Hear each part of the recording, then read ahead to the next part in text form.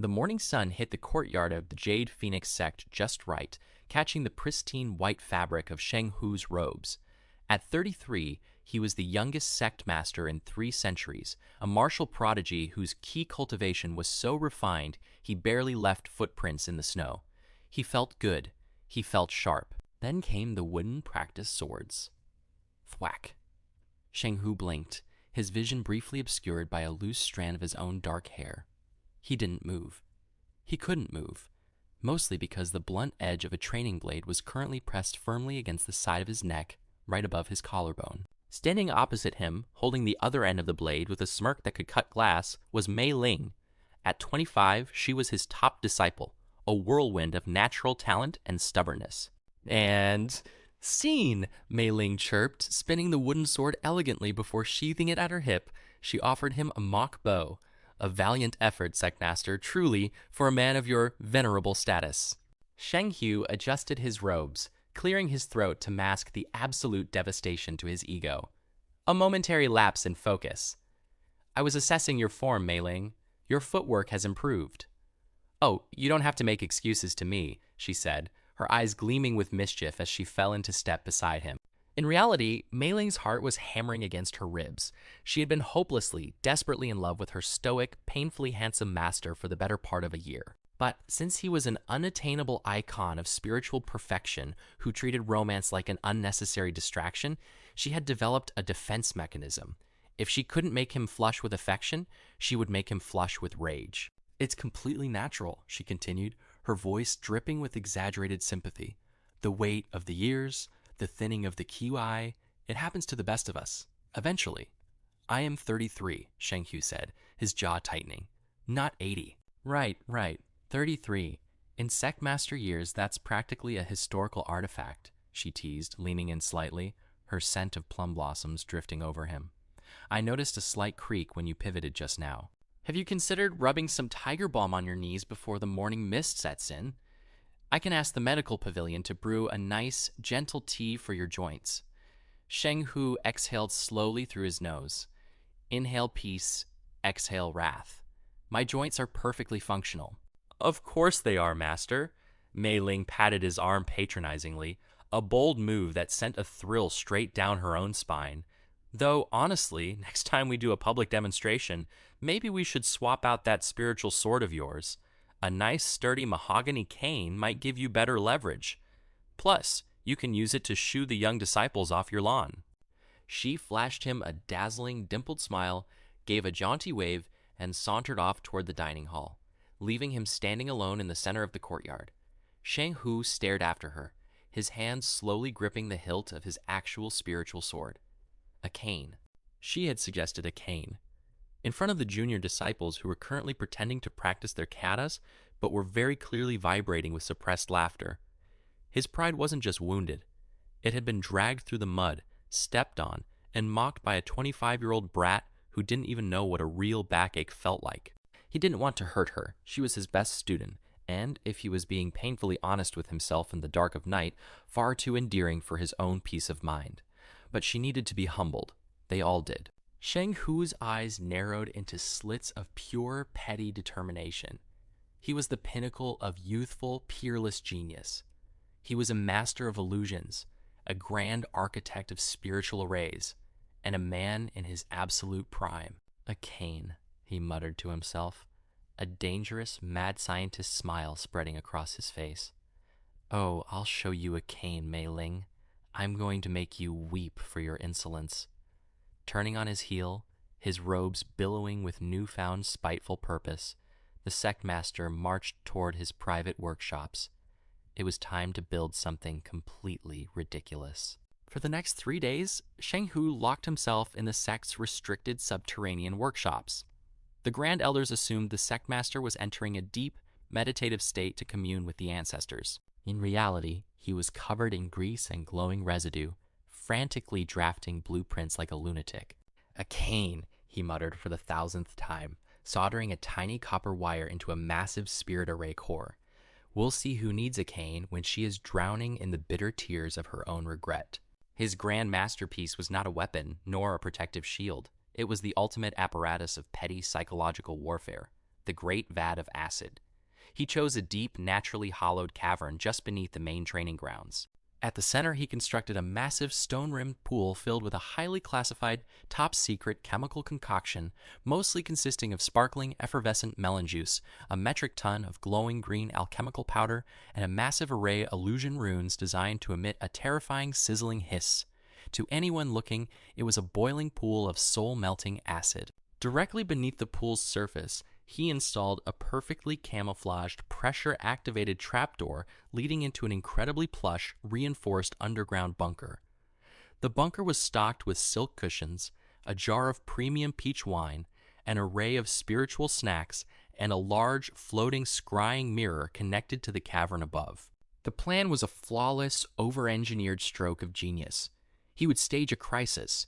He would dramatically sacrifice his life to save her from a non-existent threat, diving headfirst into the acid while she watched in horror. He would then chill in his bunker for exactly 15 minutes, letting her weep, tear her hair out, and beg his ghost for forgiveness for ever calling him old. Then he would stroll out, completely unharmed, sipping wine. Who's a historical artifact now? Mei Ling. On the fourth morning, he put the plan into action. He sent a panicked spiritual message to Mei Ling, summoning her to the deep caverns under the guise of an unprecedented security breach. When Mei Ling sprinted into the cavern, her heart was in her throat. She found Sheng Hu standing precariously on the edge of the glowing, hissing green pool.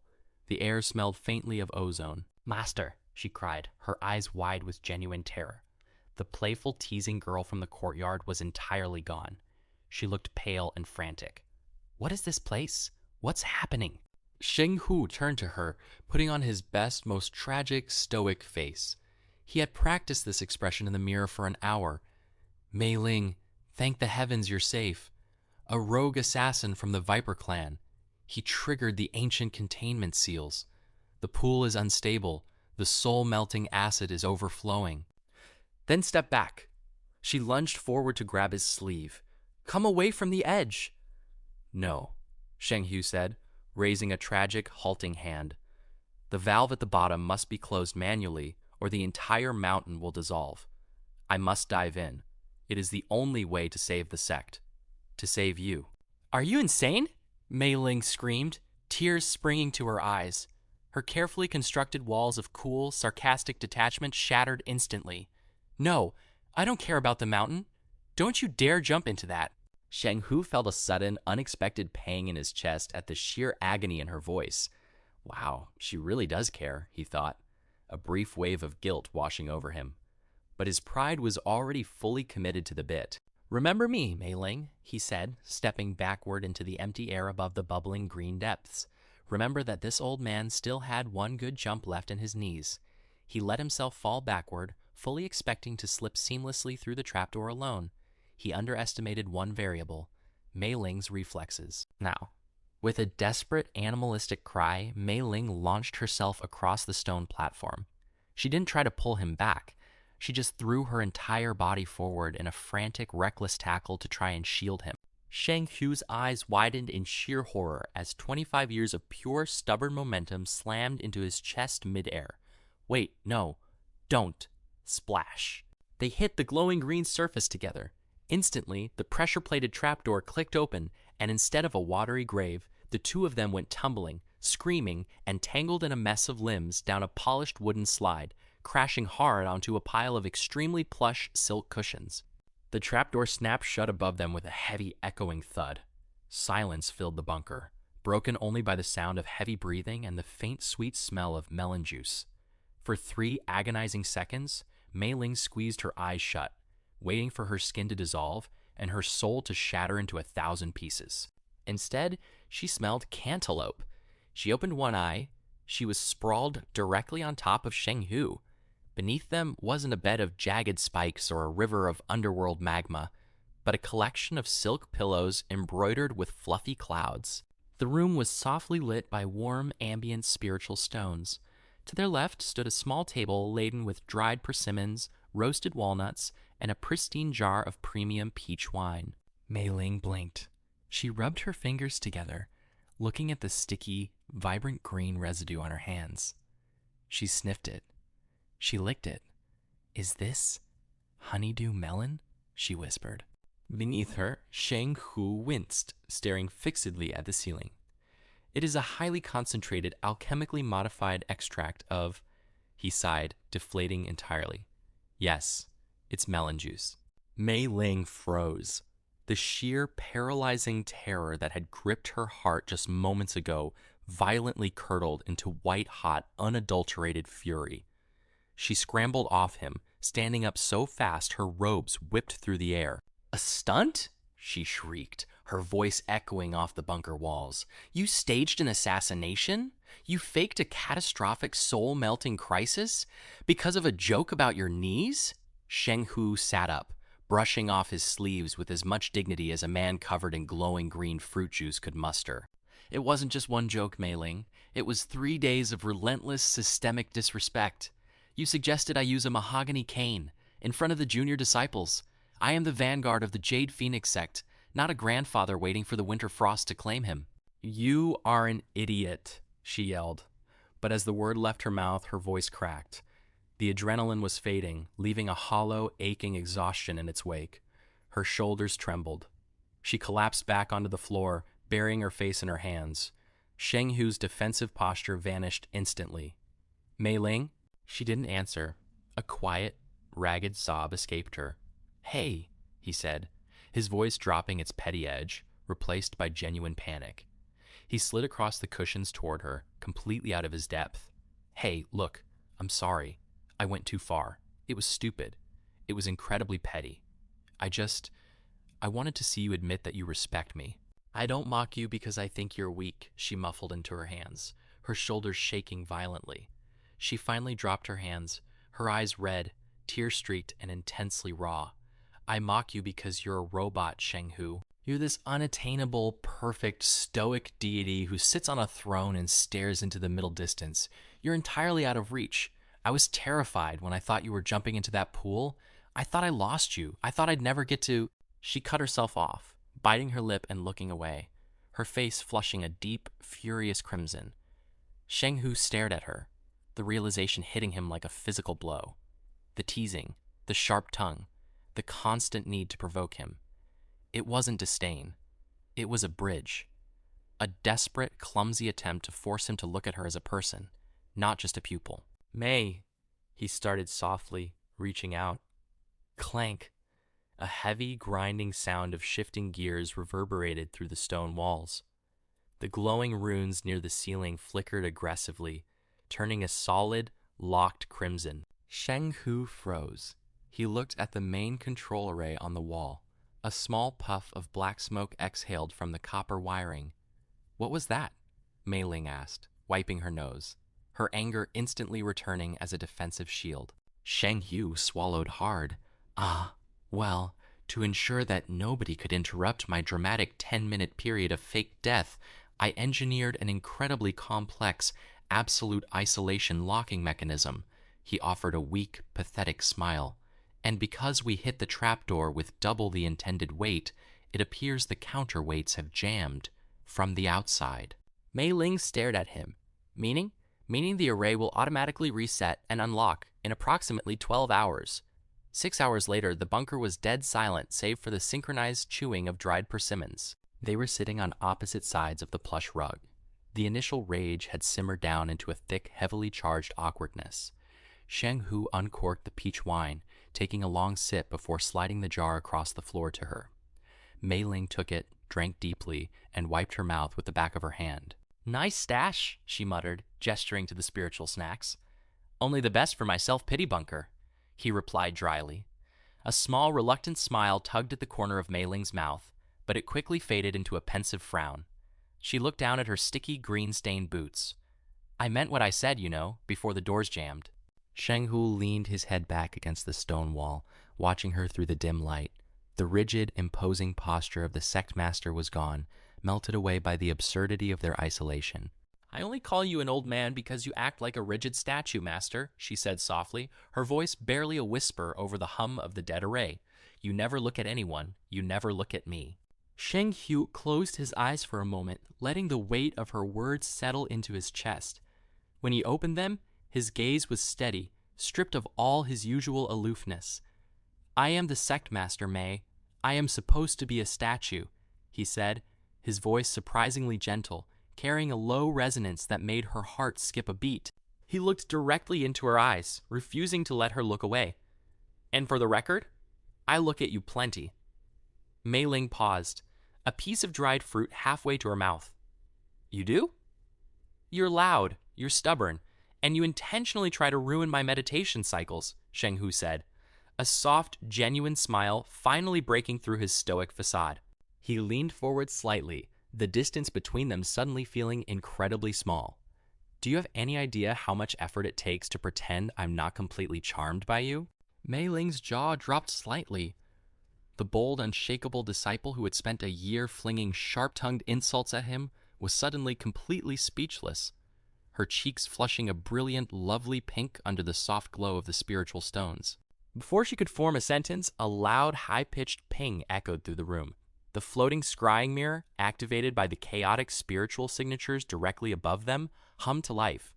The misty glass cleared to reveal the main cavern, and the scene playing out was pure, unadulterated catastrophe. Oh, by the ancestors, Sheng Hu groaned, burying his face in his hands. The entire leadership of the Jade Phoenix sect was gathered around the bubbling green pool. Grand Elder Zhao, a man who had not moved faster than a brisk walk in 40 years, was frantically pacing the stone ledge, his long white beard flying wildly. The sect master is gone, Zhao wailed, waving his wooden staff in the air. We found his ceremonial outer robe floating in the sacred melon-scented dissolving fluid. The Viper clan has struck a devastating blow. But the true horror was standing right next to the elder, junior disciple Chen, a 19-year-old whose primary accomplishments included failing his basic key-gathering exams 3 times and wearing robes far too large for him to look intimidating, was currently stepping onto the grand podium. "Grieve not, my brothers and sisters," Chen bellowed, his voice cracking horribly as he struck a heroic pose that looked remarkably like a constipated stork. "Though the old man has fallen, a new dawn rises. As the most naturally gifted, stylish, and youthfully dynamic disciple remaining, I, Chen, hereby claim the mantle of Sect Master. First order of business. We change the sect colors from white to neon orange, and we double the dessert rations." Down in the bunker, Mei Ling let out a loud, snorting laugh. "Neon orange? Honestly, Sheng Hu, he might have better taste than you." Sheng Hu didn't snap back. He didn't even look angry. He just stared at the scrying mirror, watching Chen accidentally trip over his own oversized hemline while trying to look majestic. A profound wave of clarity washed over the 33-year-old master. He looked away from the mirror and looked at Mei Ling, who was still grinning, her eyes bright and full of life despite being trapped in a subterranean box covered in fruit residue. He didn't care about Chen. He didn't care about the grand elders, or the junior disciples, or the rumors that he was losing his edge. The entire absurd, over-engineered vat of acid scheme had been cooked up for an audience of exactly one. He hadn't been trying to prove his youth to the world. He had just been desperately trying to keep the one person who truly challenged him from looking past him. Her teasing wasn't disrespect. It was her pulling down his rigid walls, demanding that he be a man, not just a monument. "I am an idiot," Sheng Hu said softly. Mei Ling turned her head, her smile softening.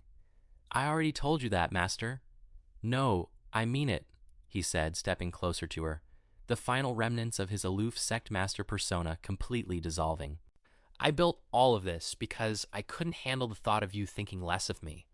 I wanted your respect, May, but I think what I actually wanted was just you." Mei Ling's breath hitched. The banter was entirely gone now, replaced by a thick, heavy warmth that had nothing to do with the bunker's heating runes. She reached out, her fingers gently brushing against his green-stained sleeve. "You always had my respect, Sheng Hu, and you've had me for a long time. Now, are we going to stay down here and let Chen ruin our sect's aesthetic, or are you going to show me what those failing knees can actually do?" Sheng Hu grinned, a sharp, youthful spark reigniting in his eyes. "We have 6 hours left on the lock. How do we break it?" Mei Ling spun around, analyzing the glowing, smoking control array on the wall. Her sharp mind scanned the copper wiring and the jammed spiritual weights. "Your raw power is too dense. If you just blast it, the whole cavern collapses. But look at the secondary release valve near the ceiling. If you channel a highly concentrated, needle-thin beam of pure QI directly into the core, it will overheat the locking pins. And? Sheng Hu asked, tracing the line with his eyes. And the feedback loop will blow the door, but it will also trigger an immediate localized explosion, she said, looking back at him with a reckless, thrilling smirk. I need to redirect the blast wave using my wind manipulation arrays while you punch through the physical iron. We have to hit it at the exact same millisecond. Sheng Hu stepped up right behind her, his chest nearly pressing against her back as he raised his hand toward the ceiling array. The sheer proximity made her pulse race, but her hands remained steady.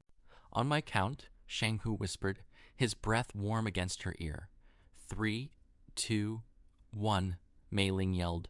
Boom! Sheng Hu's finger erupted with a blinding streak of white-hot qi, piercing the core. Simultaneously, Mei Ling's hands blurred in a sequence of rapid mudras, unleashing a swirling vortex of wind that caught the fiery backdraft and redirected it harmlessly into the floor. With a final explosive surge of physical strength, Sheng Hu slammed his palm against the heavy iron bunker door. The reinforced metal didn't just unlock, it tore completely off its hinges, flying upward into the cavern above like a launched projectile. The path was open. The Sect Master was back. Up in the Grand Palace of the Jade Phoenix Sect, the chaos had reached a fever pitch.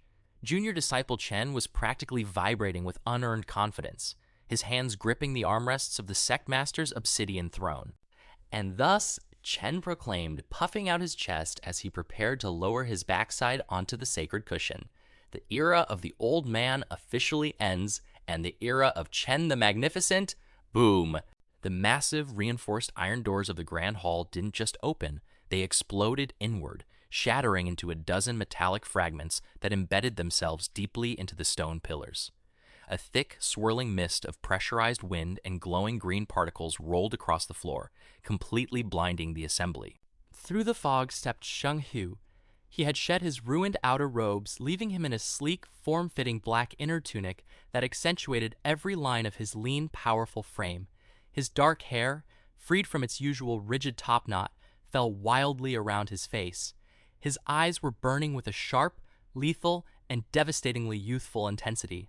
Chen! Sheng Hu's voice echoed through the hall, a low rumble of pure spiritual pressure that made the floorboards vibrate. Get off my chair! Chen shrieked, instantly losing his balance and tumbling off the dais. Before the Grand Elders could even process that their dead master was alive, a dozen rogue, panicked sycophants who had rallied behind Chen drew their blades. Sheng Hu didn't even draw his sword. Moving with a fluid, blinding speed that defied physics, he blurred across the room. Thwack, crack, snap. In the span of a single heartbeat, he disarmed 3 men, swept the legs out from a fourth, and utilized a flawless, gravity-defying palm strike to launch the remaining dissenters directly into the palace rafters, where they hung by their belts, groaning. He pivoted perfectly, landing back at the foot of his throne without kicking up a single speck of dust. He looked vibrant, lethal, and utterly terrifying. The Grand Hall went dead silent. Grand Elder Zhao dropped his staff, staring in absolute awe. He really has still got it. Standing at the back of the hall, leaning casually against a pillar with a highly satisfied smirk on her face, was Mei Ling. She caught Sheng Hu's eye across the crowded room. He offered her a microscopically small, devastatingly handsome wink. Later that evening, the chaotic energy of the palace had finally settled. The moon hung high and silver over the mountain peaks, casting a cool glow across the sloping, tiled roof of the Sect Palace. Sheng Hu sat on the highest ridge, his legs dangling over the edge, staring out at the sea of stars. The heavy, suffocating aura of the infallible Sect Master was entirely gone. He just looked at peace. A soft rustle of silk announced her arrival before she even sat down. Mei Ling slid onto the tiles beside him, her shoulder brushing against his. The playful, mocking tension that usually defined their space had completely shifted. It was replaced by a quiet, electric warmth. "Nice re-entry," she said softly, handing him a fresh, unblemished jar of plum wine. "Very dramatic, very youthful. I think Chen is currently rewriting his entire ancestry out of fear." Sheng Hu took the jar, his fingers brushing against hers, sending a jolt straight up his arm. He took a long, slow drink before looking over at her. "I had a point to prove, though, to be fair," he chuckled, A low, relaxed sound. 33 might be a little old to be faking my own death in a pool of alchemically modified cantaloupe juice. Just a little, she agreed, her eyes crinkling as she smiled. But, he continued, leaning in just a fraction closer, his gaze dropping to her lips for a brief, heavy second before locking back onto her eyes, I think I still have more than enough energy to keep up with a 25-year-old troublemaker. Mei Ling's heart did a spectacular wild flip in her chest. She looked away, a rare, genuine blush spreading across her cheeks as she twirled a loose strand of her hair. "Well," she murmured, a hint of her old, defiant spark returning to her voice, "I suppose I might let you off the hook for giving me a heart attack today.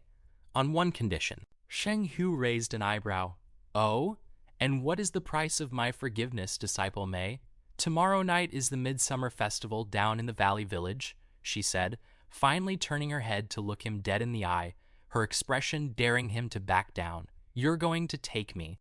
And you're not going as my master, or the untouchable deity of the Jade Phoenix sect. You're going as my date." Sheng Hu stared at her, the corners of his mouth twitching upward into a genuine, unburdened smile. The rigid statue had completely cracked, and he didn't care at all. "A date," he repeated, letting the words savor on his tongue. He took another sip of wine, leaning back on his hands as he looked up at the moon. "Fine, it's a deal." "Really? No arguments?" she teased, bumping her shoulder against his. "None," Sheng Hu said smoothly, though he couldn't resist letting a familiar, petty glint return to his eyes as he looked back at her. "But you're paying for the lanterns and the rice cakes. My back actually does hurt from carrying you out of that bunker." That's it for today's story. The Immoral Affairs Bureau reminds all cultivators that sacred artifacts are not approved therapy for midlife crises. Faking a soul-shattering catastrophe just to get your subordinates' attention is also prohibited, mostly because we're tired of writing the paperwork. If your sect leader fakes an apocalyptic disaster to flirt, leave the mountain immediately. Like and subscribe. It's the only regulation anyone actually follows.